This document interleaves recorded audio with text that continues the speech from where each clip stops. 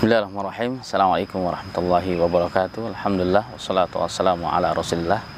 Sahabat Al-Aminah Official, ikhwan dan akhwat, kaum muslimin dan muslimat dimanapun berada, ada seorang talib bertanya kepada syekhnya, "Ya syekh, benarkah ada satu dosa yang tidak bisa terhapuskan walaupun dia telah bertobat kepada Allah?" Pertanyaan seorang talib kepada syekh. Nah, syekh tersebut menjawab pernyataan tersebut. Beliau mengatakan bisa, sebagaimana yang dinukilkan oleh Imam An-Nawawi rahimahullah ta'ala dalam kitab Tahdhibul Asma'i wal Lughat dari seorang ulama yang bernama Abu Sahal As-Suluki. Beliau pernah mengatakan bahwa uququl walidaini tamhuhu at-taubah.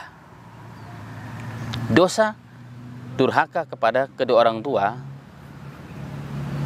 bisa terhapuskan dengan dia bertaubat kepada Allah Subhanahu wa ta'ala. Ya, karena tidak ada orang tua itu yang benci dengan anaknya. Sekejam-kejamnya orang tua tidak akan pernah membenci anaknya. Tidak ada mantan orang tua, tidak ada mantan anak pun tidak ada. Maka bagaimanapun jahatnya seorang anak, bagaimanapun durhakanya seorang anak, jika dia bertobat kepada Allah, menjalankan syarat-syarat taubat, dia minta maaf kepada orang tuanya, pasti orang tuanya akan memaafkannya. Yang kedua adalah efek. Mungkin dari sisi efek. Efek kalau dia uququl walidain, tidak berbakti, durhaka kepada kedua orang tua, imbasnya hanya pada dirinya dan kedua orang tuanya. Ketika ini sudah selesai, maka selesailah dan putuslah efek negatif tersebut.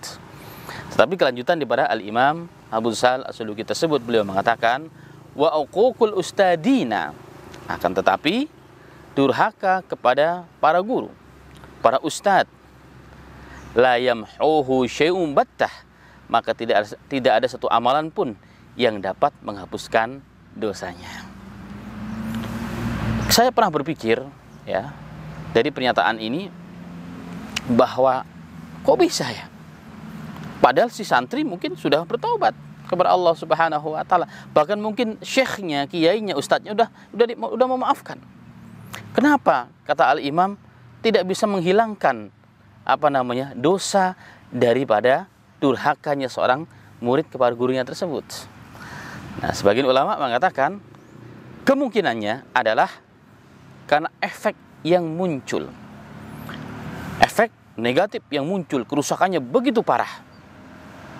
Bayangkan jika seorang murid apalagi murid yang sangat dekat dengan seorang syekhnya, tiba-tiba durhaka, tiba-tiba dia melawan, dia menghembuskan fitnah-fitnah kepada seorang syekhnya, sehingga akan dirasakan dan akan didengar oleh orang-orang di kanan kirinya yang mungkin jauh daripada syekh, dan mereka mengatakan, tuh muridnya saja melawan gurunya, muridnya saja tidak taat kepada gurunya, berarti gurunya yang tidak benar. Apa yang akan terjadi setelah itu? Orang lagi tidak akan percaya kepada seorang guru tersebut. Pastinya ya, orang yang mendengar, oh seorang murid saja yang harusnya taat, dia kan belajar agama, tiap hari Quran dan hadis yang dia pelajari, kok bisa tidak taat, berarti gurunya yang tidak benar. Apa efeknya?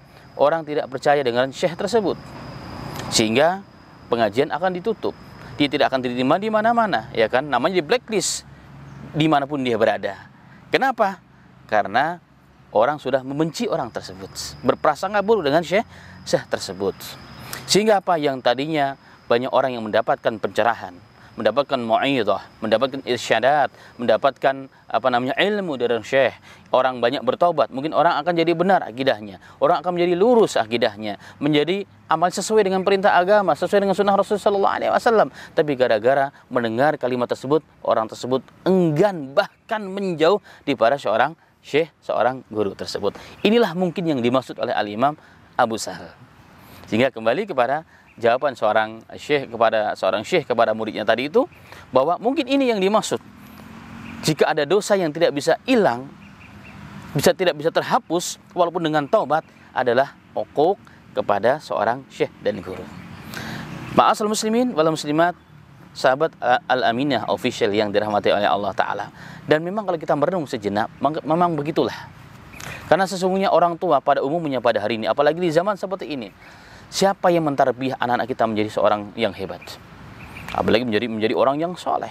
Menjadi hari ini mungkin kalau ahli agama menjadi seorang hafiz Quran atau hafizah, menjadi alim, kenal agama, kenal sunnah, bisa baca Quran, bisa ini dan itu dan seterusnya. Itu bukan semata-mata jasa kedua orang tuanya. Ya, orang tuanya Allah takdirkan menjadi sarana tempat dilahirkannya di dunia. Tapi yang menjadikan anak tersebut menjadi seorang yang besar, menjadi orang yang tahu agama adalah gurunya. Makanya benar perkataan seorang ulama atau perkataan ulama yang berbunyi laula murabbi ma'araftu rabbi. Kalau bukan karena pengorbanan didikan tarbiyah guruku, murabbiku, syekhku, aku tidak pernah mengenal Tuhanku. Hari ini berapa banyak apalagi orang-orang yang tersibukkan dengan pekerjaan, bapaknya bekerja, ibunya bekerja, ya kan, bahkan tidak bekerja. Berapa banyak orang yang tidak mampu mentarbiyah anaknya sendiri. Bahkan seorang syekh, seorang guru pun kadang-kadang tidak bisa mentarbiyah anak sendiri. Dia bisa mentarbiyah anak orang lain.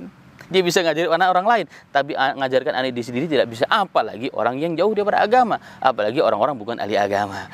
Karena itulah ma'asyiral muslimin rahimani wa rahimakumullah, maka pernyataan Al-Imam Abu Sa'id As-Suluki jika kita renungkan dan kita pikirkan memang benar. Jadi efek dari pembangkangan seorang murid kepada guru ternyata tidak hanya sebatas antara murid dengan guru, tapi efeknya adalah kepada umat. Bayangkan kalau orang yang harusnya tadi itu kenal agama, yang tadinya bertobat, harusnya masuk surga, nggak masuk surga gara-gara apa? Gara-gara terhalangi oleh informasi yang tidak benar tersebut. Bahkan mungkin muridnya telah bertobat, minta ampun kepada gurunya, guru pun sudah memaafkan, tapi efek yang mengalir ini, yang jariah ini terus akan terus berkembang sampai hari kiamat, maka tidak bisa terhapuskan. Semoga dengan kisah pendek ini atau pernyataan atau perkataan seorang ulama ini dapat kita ambil manfaatnya, istifadahnya, dan kita semakin berhati-hati untuk menjaga diri dari melakukan perbuatan-perbuatan tersebut. Imam Syafi'i adalah seorang yang sangat tinggi ilmunya, yang sangat mumpuni ilmu dan imannya. Beliau sangat begitu hormat dengan para guru dan syekhnya. Bahkan dalam kitab Tazkiratul Mutakallim wal Sami' yang ditulis oleh Imam Ibnu Kinanah Ibnu Jama'ah Al-Kinani, beliau mengatakan ketika Imam Syafi'i sedang berhadapan dengan syekhnya, gurunya Imam Malik, maka beliau sangat berhati-hati bahkan saat membuka kertasnya. Jangan sampai kertasnya tersebut mengganggu konsentrasi para gurunya. Begitu juga muridnya Imam Syafi'i Ar-Rabi' yang banyak meriwayatkan, namanya banyak diangkat dalam kitabnya Al-Um. Beliau mengatakan, aku tidak berani meminum seteguk air pun jika Imam Syafi'i masih ada dekatku. Sebagai apa? Sebagai bentuk penghormatan, haibatan, takut itu tidak disukai oleh gurunya. Begitulah para salaf rahmatullahi alaih. Mereka sangat menjaga adab dan penghormatan dan ta'zim kepada guru-guru mereka. Semoga kita semuanya dapat mengikuti jejak langkah para salafun saleh, orang-orang yang telah dijamin oleh Allah Subhanahu wa taala ilmu mereka dan juga iman mereka dan amal mereka. Amin ya rabbal alamin. Demikian, semoga bermanfaat. Assalamualaikum warahmatullahi wabarakatuh.